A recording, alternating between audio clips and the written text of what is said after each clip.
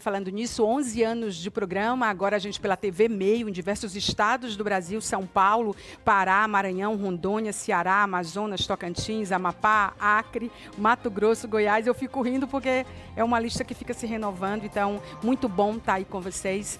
A gente está inclusive com o nosso QR Code aí para você acompanhar a comunidade Falando Nisso, tá aí no seu vídeo, no seu computador, então você aponta o celular e você vai saber qual é a entrevista do dia, vai querer rever aquela entrevista que você gostou ou que você perdeu.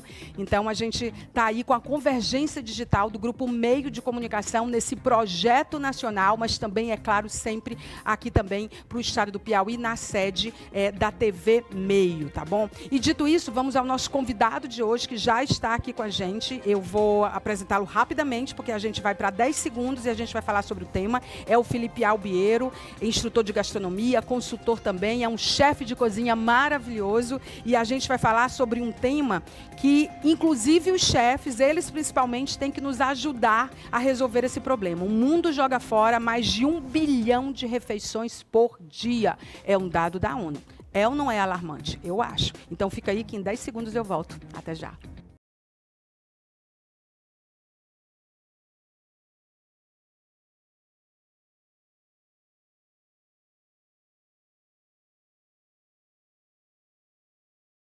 Os continentes estão desperdiçando refeições, enquanto 783 milhões de pessoas foram e são afetadas pela fome. A gente está falando aí de 1/3 da humanidade que enfrenta a insegurança alimentar. E eu acho que com a crise climática, com tudo que está acontecendo, impacta não só na qualidade de vida das pessoas, na saúde mental, mas na produção de alimentos. Os alimentos vão ficar mais caros, eles vão continuar sendo desperdiçados e é uma conta que não fecha de jeito nenhum. Então, o desperdício de alimentos continua, sim, a prejudicar a economia global. E aí a gente está falando de escassez também, né, por vários contextos, que a gente vai rapidamente abordar sobre isso também nessa entrevista, mas o fato é que a gente precisa falar sobre isso. E é por isso que nós convidamos aqui uma pessoa que é da cozinha, que vai nos dizer como que a gente desperdiça tanta coisa na hora de comprar, na hora de fazer? Por que a gente não é criativo com os restos que são tão ricos, né? E aí a gente convidou o Felipe Albiero. O Felipe é de São Paulo, mas já está no Piauí já há algum tempo. Ele é chefe de cozinha. Ele diz que o chefe de cozinha é quando está operando, mas eu acho que o chefe de cozinha é aquele que manda bem,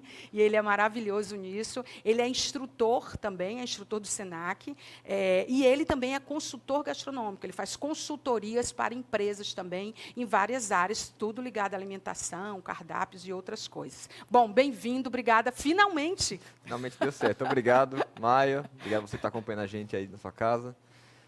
Muito bom ter você aqui. Felipe, por onde que você, que é uma pessoa da área, a gente pode fazer essa reflexão no sentido da gente mudar o nosso comportamento quando a gente fala de desperdício de alimento?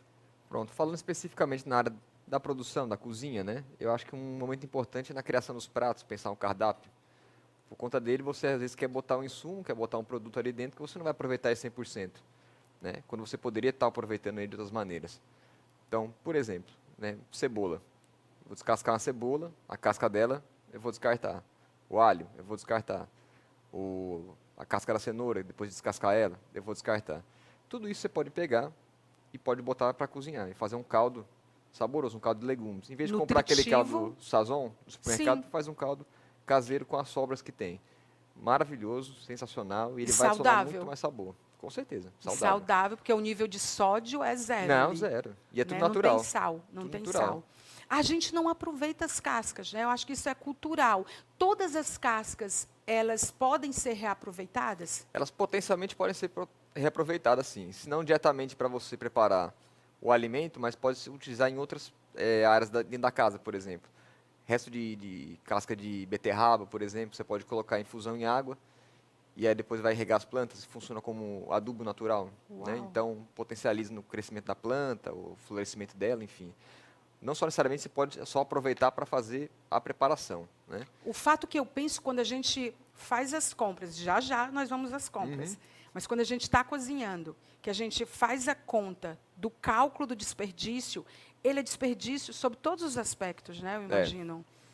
Sempre tem um pouquinho daquele insumo que você acaba perdendo ele. Você calculou desperdiça errado, dinheiro, você desperdiça alimento, justamente, você deixa de se alimentar, justamente. você está impactando o planeta. Essa consciência não existe. Não existe, a gente não é ensinado a pensar sobre isso também, né? Não tem por exemplo, no ensino médio a gente não tem uma aula sobre é, como é que pode trabalhar a redução de desperdício dentro da casa. Como também não tem gestão financeira, um monte de coisa para a gente poder entender como trabalhar melhor nosso dinheiro. Porque isso é trabalhar bem o dinheiro nosso. Sim. Fazer bem as compras, pensar onde eu posso reaproveitar todo aquele material que eu estou comprando, né? Tanto para fazer corretamente, assim, no sentido de vou servir tantas pessoas por tantos dias, então compro aquele material específico para a semana, né? Não compro o mês todo, porque daqui a pouco não consegui usar, perdi, e tem que jogar fora, descartar ele. Perdeu dinheiro, jogou alimento fora e essa bola vai crescendo cada vez mais. O nosso modelo de produção e consumo, ele está totalmente inadequado, né? E aí É, eu queria saber se isso é um problema do Brasil ou se isso é um problema do mundo e o que significa ser inadequado quando se trata desse contexto. pois é, eu identifico um problema mundial, né? A forma como a indústria alimentícia ela é levada a produzir, sempre tem que estar produzindo, porque sempre tem que ter disponível para a gente sempre tem que estar consumindo. E as pessoas são levadas a comprarem cada vez mais, mesmo sabendo que não vai conseguir utilizar ele todo, que vai ter um desperdício, enfim. Mas essa cultura de não pode faltar acaba gerando a falta, a perda, né, na verdade. Sim. Né? Sobra excesso, porque o consumidor final não vai consumir toda aquela quantidade de produto que está ofertada para ele, não tem condição. Então, se você não consome e está parado no supermercado, vai ser jogado fora dentro do supermercado, né? No caso. Na feira, por exemplo, no fim de feira, quando não conseguiu vender tudo, vai ser descartado, que não pode ser reaproveitado. Aqui a Ceasa do Piauí, ela tem um prêmio da ONU por Trabalho incrível. conta de um trabalho que ela faz com aquilo que é a xepa. Exatamente. Aquilo que é feio e que as pessoas não compram. Justamente. Porque as pessoas não querem comprar uma cenoura torta, ou com uma casca um pouquinho mais escura, ou uma batata que ela, tipo, Tá um pouco amassado. está um qualquer pouco defeitozinho que amassada. ele Qualquer identifica. defeito, a gente quer o perfeito. É. E isso se transformou num banco de alimentos Exatamente. Não, um reconhecido. projeto maravilhoso deles. Inclusive foi premiado pela ONU, né? Sim, Assim, exatamente. Sensacional. Você acha que falta planejamento no momento da compra? O que a gente poderia fazer para resolver isso? Qual a dica? Pronto, em qualquer setor, né? Então, no restaurante, dentro de casa, a gente pode planejar o que eu quero servir durante a semana. E ter as opções. Eu quero trabalhar com legumes, quero trabalhar com proteína, cereais, enfim. E fazer um cálculo médio de quanto que eu vou ter que gastar por dia para fazer a alimentação daquele pessoal. Então, no restaurante, eu sei que vou ter mais ou menos X porções de pratos que eu tenho que fazer. Então, eu tenho que trabalhar com aquele material dentro desse parâmetro. Em casa, a mesma coisa. Se eu alimento 5 pessoas dentro de casa, eu tenho que ter alimento suficiente para alimentar 5. Não preciso ter mais do que isso no dia a dia. Se eu vou ter um evento fora, uma festa, aí um evento por fora. Se programa fazer aquele evento, né? Mas no dia a dia a gente pode planejar para passar 2, 3, 4 dias com uma verdura, né? Que ela é mais frágil, acaba mais Sim. facilmente. Então eu compro uma folha de alface pensando que eu vou gastar ela em 3 dias. Não preciso comprar 4 pés de alface, sabendo que não vou gastar ele no tempo útil dele e vai acabar se perdendo. A gente tem dificuldade de fazer a conta. Por exemplo, os buffets, e você sabe porque você faz consultoria e produz jantares, enfim, eventos, a gente sempre olha um prato quando ele vai ser vendido, aí diz, por exemplo, essa massa ela serve 10 pessoas. Como que faz essa conta? Porque assim, tem gente que come mais, tem gente que come menos. Como é que faz essa conta? Porque eu acho que deve ser a mesma lógica para a gente fazer na nossa casa. Sim. Tem uma média de consumo por pessoa, por adulto, no caso, né? Criança é diferente, adulto, idoso, tem uma variação diferente entre eles. Mas um adulto médio, vamos colocar de 25 até 45, 50 anos, né? É o consumo de 230 a 200 gramas de proteína, então peixe, o camarão, a carne, É uma porção. que seria uma porção. Uma né? porção Uma refeição, farta. um almoço, para se satisfazer, comer bem. Sim. E, aí, mais Não ou é menos, uma porção francesa. Não. Pensando Sem no brasileiro. crítica ao francês, porque eles são incríveis. Pensando na no brasileiro, que a gente gastronomia. gosta de se Sim. fartar, comer e se sentir farto, né? Sim. Então, no carboidrato de 120 a 150 gramas, pode ser um arroz, um purê, a farofa, enfim, a parte do carboidrato. Se tiver e a parte mais dos de um legumes. carboidrato, mais de uma proteína, Aí você faz a combinação. Então, eu coloco 100 gramas de arroz, 60 de batata, 50 de batata, faz uma média. Então, você vai reduzir uma quantidade para conseguir adicionar outra.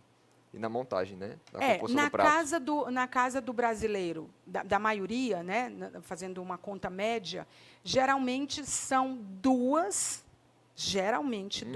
tem casos que é só uma coisa, às vezes é só arroz e feijão, Exato. que é muito nutritivo, Exato. né? É a Mas- combinação perfeita. E aí, quando é dia que tem de farta, que você recebeu dinheiro, eu estou falando da Sim, sim. escassez até a abundância. Uhum. Que a gente tem que pensar nessas classes Quem todas, tá porque sem condição- estamos todos precisando Exatamente. olhar para quem está passando fome e fazer a compra Uhum. adequada. Então, assim, a gente pensa só duas coisas. Então, sendo só duas coisas, ou três, uma proteína, 2 carboidratos, ou então só 2 carboidratos, a conta é a mesma. A conta vai ser a mesma, para fechar uma média de 400 a 500 gramas por refeição, no pacote total de Sim. todos os ingredientes, né? Aí Isso atendendo aquela tabela nutricional, né, de quanto de nível calórico, quanto você precisa de calorias para estar ativo no dia, de 2.800 calorias em média. Sim. A falha na cadeia produtiva dos alimentos, ela existe desde o plantio, né, até o preparo, até o consumo, até a compra. A gente está falhando em tudo. Exato. E a gente está falando do mundo, né? Exatamente. Considerar o dado que a gente divulgou. E se a gente pensar, é o produto mais consumido no mundo, é alimento. Todo mundo tem que consumir alimento para poder estar Sim. vivo. Então, como a gente tem uma falha tão grande dentro de um sistema que é para manter a gente vivo, né? Como a gente consegue gerar tanto desperdício e não ter um olhar crítico e clínico sobre ele para poder tentar reduzir. Então, na parte da produção, eu vou produzir muito mais do que eu tenho condição depois de estar colhendo no tempo para poder fazer a entrega por terceiro, né? Então vai para o supermercado, vai para uma Sim. Ceasa, enfim. Então eu não consigo colher tudo que está pronto para ser colhido e fazer a entrega no mesmo dia. Acaba deixando para o dia seguinte, aí aqueles que já estão maduros, passa um pouco do ponto. Na hora que eu vou fazer o transporte também, tem perda que cai do caminhão, ou a massa, né? Por exemplo, tomate, que ele é O frágil. transporte precisa ser adequado, Transporte também. para não haver Então desperdício. você pega aquelas caixas com 15 kg de tomate cada, empilha elas todinhas. Os tomates estão mais embaixo, são frágeis, né? Eles vão sentir a pressão e vão se estragar. Mesma coisa com cebola, com alho, né? Outros insumos. Alface Acho também, que fica só os grãos amassado. escapam disso, né? Eles são bem firmes, né? Aí É. não tem Mas eu dificuldade. te ouvindo falar, eu fico pensando, como é que existe uma abundância de produção e um desperdício se existe uma escassez do que está sendo produzido também, até por conta dessa condição climática que se agravou, nunca foi ideal, Sim, a gente nunca fez as coisas certas e por conta do nosso comportamento em relação à natureza, as coisas têm ficado mais difíceis, mais complexas, mais dramáticas. exato. Como é que a gente vê isso? Porque assim, há quem diga que há falta de alimento, mas ao mesmo tempo a gente vê que há falha na produção de alimento. Eu não diria que é a falha no alimento, nem a falha na produção do alimento, mas é a falha na distribuição. Como é que esse Sim. alimento está chegando nas pessoas? Porque existe esse problema da escassez, da fome, da insegurança alimentar, porque as pessoas não têm acesso à comida. Não conseguem pagar o suficiente, ganhar o suficiente para ter que comprar aquela comida. Isso não tem um incentivo por conta da sociedade civil, do governo, para poder dar esse auxílio para as pessoas. Olha, nós vamos garantir que todo mundo vai fazer refeição. Tem cálculo mínimo que tem que ser gasto com isso. E trabalha em cima disso. A Ceasa está fazendo isso, Sim. né? Tentando essa maneira de captar o que é que sobra da feira naquele espaço que não vai ser reaproveitado, que as pessoas não vão querer comprar, transforma em seu alimento e distribui eles. Esses bancos de alimento eles estão cada vez mais comuns. O SESC, no Brasil inteiro, aqui, claro, também, Exato. tem o Mesa Brasil, Exatamente. que ele recolhe dos supermercados tudo aquilo que é considerado inservível Exato. ou Tipo, inapropriado. seu descarte, né? Exatamente, que vai para o descarte. Uhum. É a mesma coisa com prazo de validade, porque a gente está falando de verduras, de hortaliças, Exatamente. de grãos que têm um prazo de validade. Mas os enlatados, os industrializados, Leite, eles têm um manteiga. tempo de vida um pouco mais estendido, o Uhum. que faz com que eles sejam comprados mais e estocados mais. Né? Exatamente. Porque você vai consumindo ele de pouco em pouco, né? Mas ele tem uma alta durabilidade. Dentro de casa, no restaurante, onde for. Mas isso também é falha, porque você Sim. não precisa ter, necessariamente em casa, 3 potes de manteiga. Mas tu vai ter 3 potes de manteiga lá, porque estava barato e comprei. É. A gente não está conseguindo mais fazer a compra do mês, né? Porque a Não. compra do mês ficou tão cara, tão Caríssimo. cara. E eu acho que talvez a gente termine comprando mais. Porque, assim, se eu compro a cada semana, ou a cada 10 dias, ou a cada 15 dias, e se nós da zona de privilégio, né, que a gente pode Sim. fazer isso, é sempre bom fazer essa ressalva. Exatamente. Se a gente vai 2, 3, 4 vezes à feira ou ao supermercado, a gente termina comprando mais e gastando mais. Se não tiver o Então, planejamento, exatamente. com certeza, sim. O planejamento é que é realmente complicado. Exatamente. É fazer esse cálculo do quanto que eu necessito para passar X tempo e consumir aquele alimento antes que ele se perca. Eu incluiria nessa conta e nesse planejamento o que eu vou comprar, que eu vou doar. Sim. Eu acho que a gente incluísse, não só no Natal, que as pessoas costumam fazer Sim. isso com as cestas básicas e tal. Exatamente, Natal e As cestas de Natal. Dia de Ação de Graça também, né? Dia Você de vê Ação isso. de Graça, Semana Santa. Exatamente. Mas se a gente que pode, né, as pessoas que podem, incluísse, fizesse esse cálculo do desperdício e tipo, eu não quero aproveitar as cascas. O que eu faço com elas? E a outra coisa, eu vou comprar mais, mas eu vou ter uma vez por mês, ou uma vez a um bimestre, a um trimestre, eu vou comprar X para fazer doação. Sim. Né? Porque tem muita gente passando fome. Tem. Né? Então, assim, quem não quer aproveitar as cascas, porque também não tem quem se interesse pelas cascas. Você vai dar as cascas para quem? Exatamente. Então, a gente tem que Então, ser tem coisa que a gente pode utilizar ou não, né? Pessoas como você, que sabe fazer isso como ninguém, você tinha que ter um canal no YouTube ou na internet ensinando como usar Mostrar as como cascas. faz. Por exemplo, olha, a banana. É interessante o caso dela. A gente pode pegar a casca de banana, cozinhar ela, pode desfiar ela, pode cortar em cubo, pode refogar e parece carne. A textura de carne, o sabor dela é gostoso. E ela é nutritiva. Altamente nutritiva. É. Você pode reaproveitar a casca da manga também, né? Casca da manga também. Dá para fazer doce, por exemplo, com casca de fruta que sobra. Né? Então, qualquer tipo de doce com fruta tu consegue fazer hoje. Doce de casca de limão, dá para fazer. Fica maravilhoso. Doce de casca de melancia. Brigadeiro de casca de melancia. Sensacional. Brigadeiro com casca de melancia? Ele tem gosto de melancia, claro. Tem. Da casca de melancia, Da casca de né? melancia. Que não deve ser tão doce quanto o miolo, Ela é um né? pouquinho menos, mas é excelente. Brigadeiro. Você já fez? Não, eu brigadeiro só de casca? comi. Quem mostrou isso, eu vi, foi um rapaz chamado Timóteo. Sim. Timóteo Domingos. Ele tem um projeto sobre a biodiversidade da caatinga. Ele quer transformar a caatinga num bioma nacional. E trabalha isso através da gastronomia. Se eu não me engano, ele é de Sergipe. É um rapaz sensacional. Eu acho que isso aí termina abrindo, dentro desse ecossistema de sustentabilidade ligado à gastronomia e ao combate ao desperdício de alimento, outras frentes que são interessantes, como o do Timóteo. Timóteo Domingos. Timóteo Domingos. Produção, já coloca aí se ele tem Instagram, se ele tem canal no YouTube, para a gente... Qual é a área dele digital, onde que ele está digitalmente para o pessoal. Então, você conhece outros projetos nesse sentido? Não. Eu conheço... Não chega a ser um processo de desperdício, né? Mas a valorização de produtos que não são consumidos com mais frequência, que a gente não tem acesso ao mercado por conta de ou não conhecer ou porque não é interessante para o mercado estar produzindo ele e vender. Então, por exemplo, isso é interessante. O Alex Atala, ele tem aquele projeto com os indígenas, eu estou esquecido qual é a etnia agora, mas acho que é no Xingu, das pimentas. Então, eles trabalham nas pimentas que eles têm na região. Eles são produtores, eles estão vendendo para os restaurantes, vendendo nos supermercados, e a renda é revertida para o pessoal da comunidade indígena. E é um produto sensacional, brasileiro e desconhecido. Tem a ver com isso, porque essas pimentas elas precisam ser divulgadas, senão elas serão desperdiçadas. Exatamente. E acaba se perdendo. Se você não tem um plantio delas de novo, é uma espécie que desaparece. Se perde. E tem uns chefes que são maravilhosos. Eu estive em São Paulo agora e eu conheci o Rodrigo pessoalmente, né, porque eu já sabia quem era, o Rodrigo Mocotó. Sim. Que já foi o melhor da América Latina, já foi Exato. o melhor do Brasil. É incrível. Foi convidado para assinar um cardápio do voo de uma companhia aérea Brasil-Holanda, né? E que é maravilhoso. E eu conversei com ele. Então, assim, ele tem um projeto maravilhoso. Ele tem tanto no Instituto Moreira Salles, que é o Balaio, como ele tem também o Mocotó. Sim. Tudo isso porque a pegada dele é porque o pai dele é nordestino, pernambucano.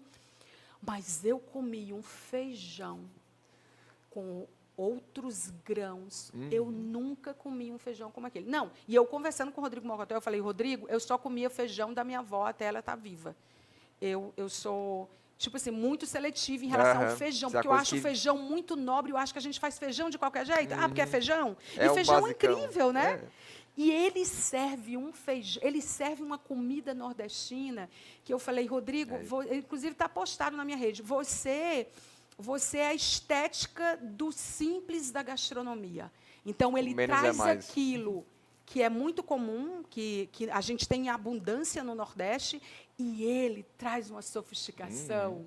Exatamente. Sabe? É uma delícia aquilo que ele faz. É uma O delícia. cacto é outra opção também, que dá para se usar na gastronomia e tem cada vez ganhando mais espaço. O cacto, O cacto. que você olha, o que se faz com o cacto? Pode grelhar, pode cozinhar, pode desfiar, pode Uma saltear. vez sem espinho.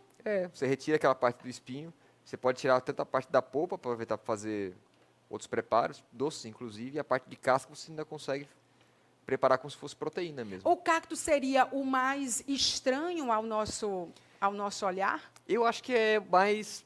Eu acho que sim, que a Que a gente olha gente nem ele, imagina ele tem aquela o coisa mais, assim, né? o mais estranho, porque a gente não conhece, por ignorância mesmo. Exatamente, não tem o costume de consumir, É.